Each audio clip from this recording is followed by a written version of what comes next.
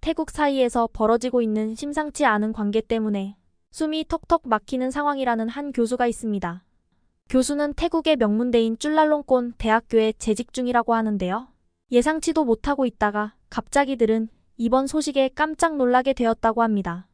한국과 각별한 사이가 있다는 이 교수는 이번 상황에 대해 어떤 마음과 생각을 가지고 있을까요? 그 전에 잠깐 1초 만에 누를 수 있는 좋아요 버튼을 꾹 눌러주시면 영상 제작에 큰 힘이 됩니다. 그럼 사연 바로 시작합니다. 안녕하세요. 방콕 쭈랄롱권 대학교 정치학부 타완 프라이순트론 교수입니다. 평소 진중하고 학구적인 이미지로 알려져 있죠. 하지만 제가 한국 문화에 빠지게 된 계기는 조금 특별합니다. 그 이유를 간략히 설명드릴게요. 몇 년 전 국제학술대회 참석차 서울을 방문했을 때였어요. 늘 그렇듯 정장 차림에 무거운 서류 가방을 들고 다니며 바쁘게 일정을 소화하고 있었죠. 그러던 어느 날 저녁 학회 만찬에 참석을 했는데 행사 말미에 깜짝 이벤트로 K-팝 공연이 있었어요. 처음엔 왜 학술 행사에 이런 걸 하지? 하고 의아해했죠. 하지만 공연이 시작되자마자 제 생각은 완전히 바뀌었습니다. 리듬에 이끌려 저도 모르게 발을 구르고 있더라고요. 주변 동료 교수들이 놀란 눈으로 쳐다보는 것도 모른 채 말이에요. 그러다 눈이 마주친 한 교수님이 타완 교수님이 춤춰요 하고 외치는 바람에 제가 무대 앞으로 나가 춤을 추고 말았어요. 정장 차림에 안경을 쓴 채로 말이죠. 처음엔 어색했지만 곧 음악에 푹 빠져 신나게 춤을 췄습니다. 그 모습을 본 모든 사람들이 환호성을 질렀어요. 다음 날 학회장을 들어설 때 많은 분들이 저를 알아보고 엄지손가락을 치켜 세워주시더라고요. 교수님, 어제 춤 정말 멋졌어요. 하고요. 처음엔 민망했지만 곧 그 경험이 소중하게 느껴졌습니다. 이 경험을 통해 저는 한국 문화의 힘을 직접 느꼈어요. 나이도 국적도 심지어 직업도 상관없이 모든 일을 하나로 만드는 그 매력이 정말 대단하더라고요. 그 후로 저는 한국 문화에 깊은 관심을 가지게 되었고 연구 주제로 삼기 시작했죠. 인생이란 참 예측할 수 없는 것 같아요. 이런 경험 덕분에 저는 한국 문화의 진정한 가치를 알게 되었고 지금은 이렇게 여러분 앞에서 한국과 태국의 관계에 대해 이야기할 수 있게 되었네요. 그리고 가족 이야기이기는 하지만 제 동생 솜차이 얘기를 안 할 수가 없네요. 원래는 태국 전통 음식점을 하던 친구였는데 요즘은 한국 식당으로 바꾸고 장사가 잘 된다고 얼마나 좋아하는지 몰라요. 형, 한국 음식이 이렇게 맛있을 줄 몰랐어요. 이 맛을 알고 손님들이 계속 찾아와요. 한국의 맛과 태국의 스타일을 접목시키니 너무 좋은 것 같아요. 이렇게 말하는 동생의 목소리에서 자부심이 느껴지더라고요. 동생네 가게 옆에는 중국 음식점들도 많지만 한국 음식점의 인기를 따라가지 못하는 것 같아요. 왜 그럴까 곰곰이 생각해봤는데 아무래도 한국 음식이 건강에도 좋고 맛도 있으면서 비주얼까지 예쁘니까 그런 것 같은데 중국 음식은 기름지고 자극적인 느낌도 있고 위생 상태에도 문제점이 많았어요. 그리고 현지 사람들 사이에서도 골칫 덩어리입니다.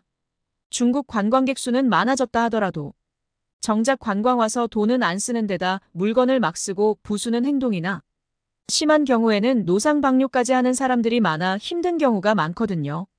한국 음식은 균형 잡힌 영양과 깔끔한 맛으로 태국 사람들의 입맛을 사로잡은 것 같습니다. 대학에서 강의를 할 때도 학생들의 반응이 놀랍습니다. 국제관계를 가르치다 보면 자연스럽게 각국의 문화와 영향력에 대해 이야기하게 되는데 한국에 대한 얘기만 나오면 학생들의 눈빛이 달라지는 걸 느낄 수 있어요. 중국의 문화 수출 노력과 비교해보면 그 차이가 더욱 극명해져요. 중국 정부가 엄청난 예산을 들여 자국 문화를 해외에 알리려고 하지만 한국처럼 자연스럽게 퍼져나가지는 못하는 것 같아요. 한국 문화는 마치 봄바람에 꽃향기가 퍼지듯 자연스럽게 우리의 일상 속으로 스며들었거든요.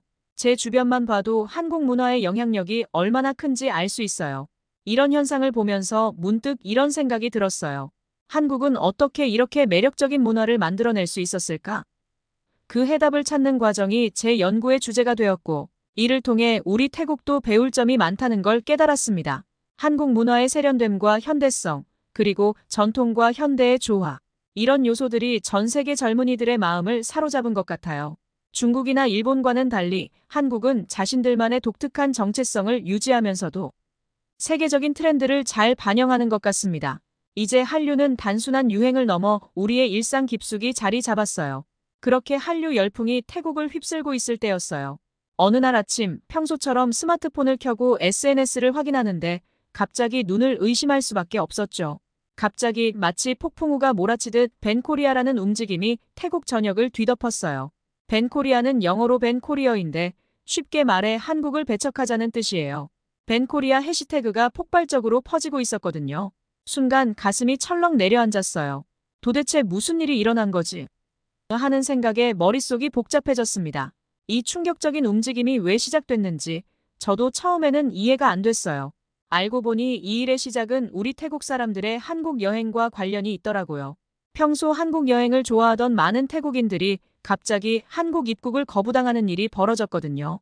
그 이유는 한국에서 불법 체류하는 태국인들이 너무 많아졌다는 거예요. 이 소식을 들었을 때 저는 정말 당황스러웠어요. 어떻게 이런 일이? 하는 생각에 가슴이 또 한 번 철렁 내려앉더라고요. 태국 사람들이 그렇게 한국을 사랑했는데 이제는 문전박대를 당한다니 마치 오랜 친구에게 배신당한 것 같은 기분이었죠. 그런데 이게 단순히 관광객 문제만은 아니었어요. 한국에서 일하고 있는 태국인들 중 상당수가 불법 체류자라는 사실이 밝혀진 거예요. 이 소식을 듣고 저는 정말 큰 충격을 받았습니다. 실제로 한국에 체류 중인 태국인 중에 무려 78%가 불법 체류자라는 통계가 나왔어요. 이 같은 경우는 태국인이 10명이 있다면 8명이 불법으로 체류를 하고 있다는 거예요. 이렇게 수치로 들어보니 느낌이 확 와닿더라고요. 동시에 우리 태국 사람들이 남의 나라 법을 어기고 있었다니. 부끄러움과 당혹감이 동시에 밀려왔어요. 이 소식이 SNS를 통해 퍼지면서 상황은 걷잡을 수 없이 커져갔어요. 한국 제품 불매, 한국 여행 취소, K-팝 듣지 말자는 등의 글들이 넘쳐났죠. 어제까지만 해도 한국을 사랑하던 사람들이 왜 이렇게 갑자기 변한 걸까요? 그런데 이 상황을 지켜보면서 문득 중국의 문화 공세가 떠올랐어요. 중국은 막대한 자금을 들여 자국 문화를 해외에 알리려고 노력해왔죠. 하지만 그 효과는 미미했어요. 반면 한국은 자연스럽게 문화를 전파하며 전 세계인의 마음을 사로잡고 있습니다. 그런데 이렇게 갑자기 반한 감정이 폭발한 걸 보니 역설적으로 한국 문화의 영향력이 얼마나 강력한지 새삼 깨닫게 되었어요. 이런 생각이 들자 마음 한편에서 묘한 감정이 피어올랐습니다. 한편으로는 걱정되면서도 이렇게까지 반응한다는 건 그만큼 한국이 중요하다는 뜻 아닐까 하는 생각이 들었거든요. 마치 사랑하는 사람에게 실망했을 때 느끼는 감정과 비슷했어요. 증오의 반대는 무관심이라고 하잖아요. 이렇게 강렬한 반응을 보인다는 건 그만큼 한국이 태국인들의 마음 깊숙이 자리 잡았다는 증거일 수도 있겠다는 생각이 들었습니다. 하지만 이런 내적 갈등과 복잡한 감정을 뒤로하고 저는 냉철한 학자로서 이 현상을 분석해야 했어요. 왜 이런 일이 벌어졌는지, 어떤 요인들이 작용했는지 객관적으로 바라보려고 노력했죠. 벤코리아 운동은 분명 충격적이고 혼란스러운 사건이었지만 동시에 한국 문화의 강력한 영향력을 역설적으로 증명하는 사례가 되었습니다. 앞으로 이 상황이 어떻게 전개될지, 그리고 우리가 이를 통해 어떤 교훈을 얻을 수 있을지 지켜보는 것도 흥미로울 것 같아요. 한국과 태국 두 나라의 관계가 이 위기를 슬기롭게 극복하고 더욱 성숙해질 수 있기를 간절히 바라고 있습니다. 벤코리아 운동이 한창일 때 우리 태국 여행협회 부회장의 발언이 기름을 부어 상황을 더욱 악화시켰어요. 그날 아침 신문을 펼치다 그의 인터뷰를 보고 저는 정말 큰 충격을 받았습니다. 부회장은 이렇게 말했어요. 한국 방문 태국인이 줄어드는 이유는 한국의 관광 명소가 많지 않기 때문입니다.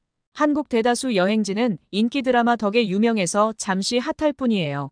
반면에 중국과 일본은 더 많은 매력과 쉬운 입국 절차, 그리고 신선한 공기가 있습니다.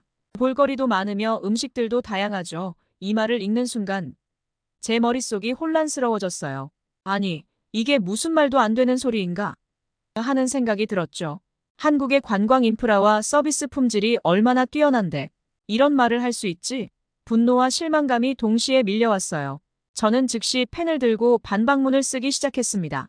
먼저 한국의 관광 명소에 대해 말씀드리고 싶어요.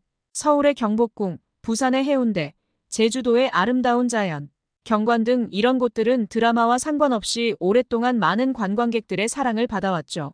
게다가 한국은 전통과 현대가 공존하는 독특한 매력이 있어요. 이건 중국이나 일본에서는 쉽게 찾아볼 수 없는 한국만의 특별한 점이에요. 그리고 쉬운 입국 절차라고요? 저는 이 부분에서 정말 어이가 없었어요. 중국의 까다로운 비자 정책을 생각하면 한국의 입국 절차가 얼마나 간편한지 알 수 있죠. 물론 최근 불법 체류자 문제로 약간의 제재가 있긴 하지만 그래도 중국보다는 훨씬 쉽고 빠릅니다. 신선한 공기라는 말에는 정말 허탈한 웃음이 나왔어요. 중국의 심각한 대기오염 문제는 전 세계적으로 유명한데 말이죠. 반면 한국은 최근 몇 년간 대기질 개선을 위해 많은 노력을 기울여왔고 실제로 많은 성과를 거두고 있어요. 이렇게 생각하다 보니 부회장의 발언이 얼마나 근시안적이고 편파적인지 더욱 분명해졌죠. 그의 말은 마치 우리가 지난 몇 년간 경험한 한국 여행의 즐거움을 모두 부정하는 것 같았습니다. 저는 특히 한국의 서비스 품질에 대해 강조하고 싶었어요. 한국의 호텔, 식당, 관광지에서 경험한 친절하고 세심한 서비스는 정말 감동적이었거든요. 중국 여행에서 겪었던 불친절하고 무성의한 서비스와는 비교도 할 수 없죠. 또한 한국의 깨끗하고 효율적인 대중교통 시스템도 빼놓을 수 없어요.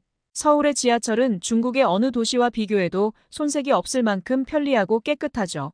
중국뿐만 아니라 세계 어느 나라보다 선진국 시스템을 갖추고 있다고 해도 무방합니다. 제가 한국을 갔을 때 지하철에서 가장 인상 깊었던 점은 노약자 배려석과 임산부 배려석이 명확히 이루어져 있고 말하지 않아도 정해진 룰처럼 비워두는 것을 보고 높은 시민의식을 느낄 수 있었거든요. 그리고 지하철 안내방송에도 태국말은 없었지만 영어를 더불어 일본어, 중국어까지 있는 걸 보고 여행 온 사람들에게 편의를 제공하는 등 이런 점들이 관광객들에게 얼마나 중요한 요소인지 부회장은 전혀 고려하지 않은 것 같아 안타까웠어요. 그리고 한국의 음식 문화는 정말 특별하죠. 한식의 다양성과 맛, 그리고 건강에 좋은 재료 이런 점들이 많은 태국 관광객들에게 큰 매력으로 다가왔는데 이 부분도 완전히 무시한 것 같아요. 부회장의 발언을 들으면서 저는 우리 태국 관광산업의 미래가 걱정되기 시작했어요. 이렇게 편협한 시각으로는 글로벌 관광시장에서 경쟁력을 갖추기 힘들다 느꼈습니다. 공인으로서 공개석상에서 그렇게 감정적인 말을 한다니요. 믿을 수 없는 행동이었습니다. 그래서 저는 이 반박문을 통해 한국 여행의 진정한 가치와 매력을 다시 한번 강조하고 싶었어요.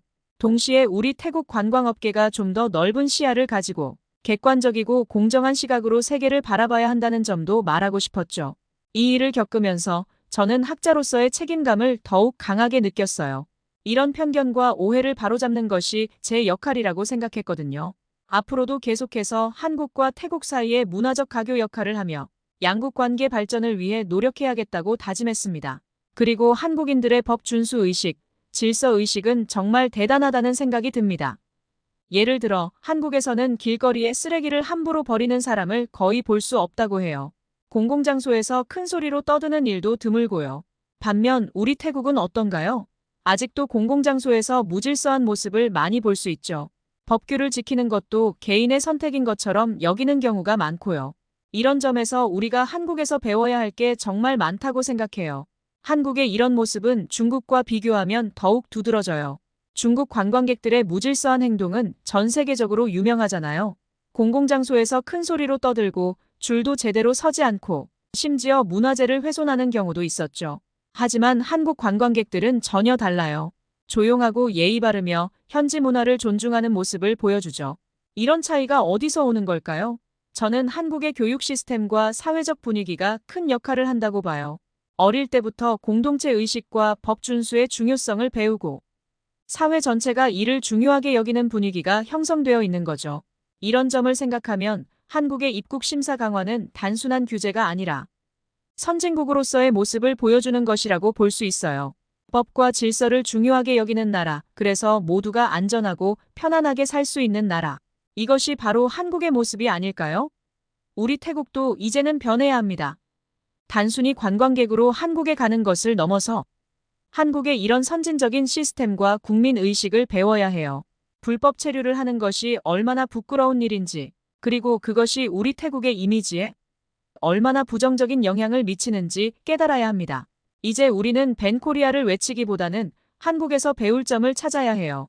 그들의 법 준수 정신, 질서 의식, 그리고 끊임없는 자기 개선의 노력을 그렇게 함으로써 태국도 더 나은 나라, 세계에서 존경받는 나라로 성장할 수 있을 거예요.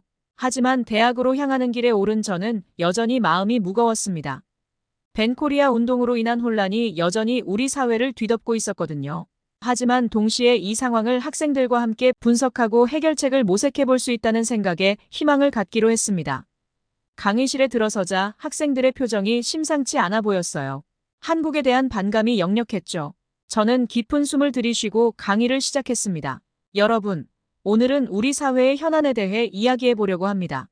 특히 한국과 태국의 사회 시스템을 비교해 보면서 우리가 어떻게 발전할 수 있을지 함께 고민해 보는 시간을 가져볼까 합니다. 학생들의 눈빛이 의아해하는 듯 했어요. 아마도 왜 우리가 한국을 배워야 하지? 라고 생각하는 것 같았죠. 하지만 저는 흔들리지 않고 계속해서 이야기를 이어갔습니다. 여러분, 우리 태국의 치안 상황에 대해 어떻게 생각하시나요? 밤늦게 혼자 길을 걸을 때 불안함을 느껴본 적 있나요? 대부분의 학생들이 고개를 끄덕였어요. 그런데 한국은 좀 다르답니다. 밤늦게 혼자 길을 걸어도 안전하다고 해요. 왜 이런 차이가 생길까요? 한국에서는 범죄를 목격하면 시민들이 적극적으로 신고하고 때로는 직접 나서서 막기도 한다고 합니다. 이런 높은 시민의식이 안전한 사회를 만드는데 큰 역할을 하는 거죠. 학생들의 표정이 조금씩 변하기 시작했어요. 호기심과 의문이 뒤섞인 듯한 표정이었죠. 그리고 이런 시민의식은 교육에서부터 시작됩니다. 한국에서는 어릴 때부터 법 준수와 공동체 의식을 강조하는 교육을 받는답니다. 이런 교육이 성인이 되어서도 영향을 미치는 거죠. 강의실 안에 잠시 침묵이 흘렀습니다. 학생들이 제 말을 곱씹어보는 듯 했어요. 그때 한 학생이 조심스럽게 손을 들었습니다. 교수님, 그럼 우리나라도 한국처럼 되려면 어떻게 해야 할까요? 지금 당장 우리가 할 수 있는 일이 있을까요? 이 질문을 듣는 순간 제 가슴이 뜨거워졌어요. 우리 학생들이 변화의 필요성을 느끼고 있다는 사실에 감동했거든요. 좋은 질문입니다. 우리가 당장 할 수 있는 일은 바로 작은 것부터 실천하는 것입니다. 예를 들어 길거리에 쓰레기를 버리지 않기, 공공장소에서 조용히 하기, 법규를 지키기 같은 것들이요. 이런 작은 실천들이 모여 큰 변화를 만들어낼 수 있어요. 그리고 덧붙였죠. 또한 우리 주변에서 일어나는 불법 행위나 부당한 일들에 대해 목소리를 내는 것도 중요해요. 침묵하지 말고 잘못된 것은 잘못됐다고 말할 수 있는 용기가 필요합니다. 학생들의 눈빛이 반짝이는 걸 보며 저는 희망을 느꼈어요. 우리 젊은이들이 이렇게 변화를 갈망하고 있다니 우리 사회의 미래는 밝을 거라고 확신했죠. 여러분, 시민 참여의 중요성에 대해서도 생각해 봐야 해요. 한국의 경우 시민들의 적극적인 참여가 사회 발전의 원동력이 되고 있어요. 지역 문제를 해결하기 위한 주민회의, 환경 보호를 위한 자발적인 봉사활동 등이 활발하게 이루어지고 있죠. 저는 학생들의 눈을 하나하나 바라보며 말을 이어갔습니다. 이런 높은 시민의식은 하루아침에 생기는 게 아니에요. 지속적인 교육과 실천이 필요합니다. 우리도 이제부터 작은 것부터 시작해봐요. 학교에서, 가정에서, 그리고 우리 일상에서 시민의식을 높이기 위한 노력을 해봅시다. 오늘 우리는 한국과 태국의 관계에 대해 많은 이야기를 나눴습니다. 솔직히 말씀드리면 앞으로의 길이 쉽지만은 않을 것 같아요. 한숨이 나오네요. 벤코리아 운동으로 시작된 갈등은 우리에게 큰 상처를 남겼습니다. 이 상처를 치유하는 데는 시간이 꽤 걸릴 것 같아요. 특히 정부 차원의 적극적인 지원이 없다면 관계 개선은 더딜 수밖에 없겠죠. 하지만 그럼에도 불구하고 우리는 한국에 대해 배울 점이 많다는 걸 인정해야 합니다. 그들의 발전된 기술, 높은 시민의식, 그리고 경제 성장, 이런 것들을 보면 가슴 한편이 뭉클해지지 않나요? 우리도 언젠가는 저렇게 될 수 있지 않을까 하는 희망이 생깁니다. 물론 우리의 문화와 전통도 소중합니다. 그걸 잃어서는 안 되겠죠. 하지만 한국의 좋은 점들을 우리 방식으로 받아들인다면 태국도 더 나은 나라가 될 수 있을 거예요. 이건 꿈이 아닌 현실이 될 수 있습니다. 정부가 적극적으로 나서주면 좋겠지만 그렇지 않다고 해서 우리가 아무것도 할 수 없는 건 아닙니다.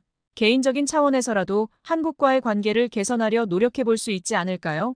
작은 친절, 서로에 대한 이해, 이런 것들이 모여 큰 변화를 만들어낼 수 있습니다. 앞으로 한국과 태국의 관계가 어떻게 될지는 아무도 모릅니다. 하지만 한 가지 확실한 건 우리가 노력한다면 반드시 좋은 결과가 있을 거라는 거예요. 조심스럽게 희망을 갖고 앞으로 나아가 봅시다. 이 모든 상황을 지켜보며 저는 복잡한 감정을 느낍니다. 걱정도 되고 불안하기도 하지만 동시에 작은 희망도 있어요. 우리 태국인들의 지혜와 인내심이라면 이 어려운 시기도 잘 극복해낼 수 있을 거라 믿습니다. 한국과의 관계가 앞으로 더욱 좋아지길 바라며 오늘 강의를 마치겠습니다. 여러분 모두 수고하셨습니다. 한국에 대해 긍정적인 시선으로 바라보는 타왕 교수님의 사연 들어보았는데요. 한국을 걱정해주시는 마음에 감사의 인사를 드립니다. 한국과의 관계가 예전 같지 않아 힘든 시간을 보내셨을 텐데 잘 이겨내시기를 응원하겠습니다. 여러분들의 의견을 댓글로 남겨주세요. 그리고 감동적인 사연을 주변 사람들과 공유하고 함께 이야기 나눠보세요. 끝까지 시청해주셔서 감사합니다. 알람 설정, 구독과 좋아요 해주시면 영상 제작에 큰 힘이 되니 꼭 부탁드려요. 지금까지 감동을 담아 여러분께 진심을 전하는 감동담기였습니다. 오늘 하루도 행복한 하루 보내시고 추석 명절 풍요롭고 가족들과 알찬 시간 보내세요.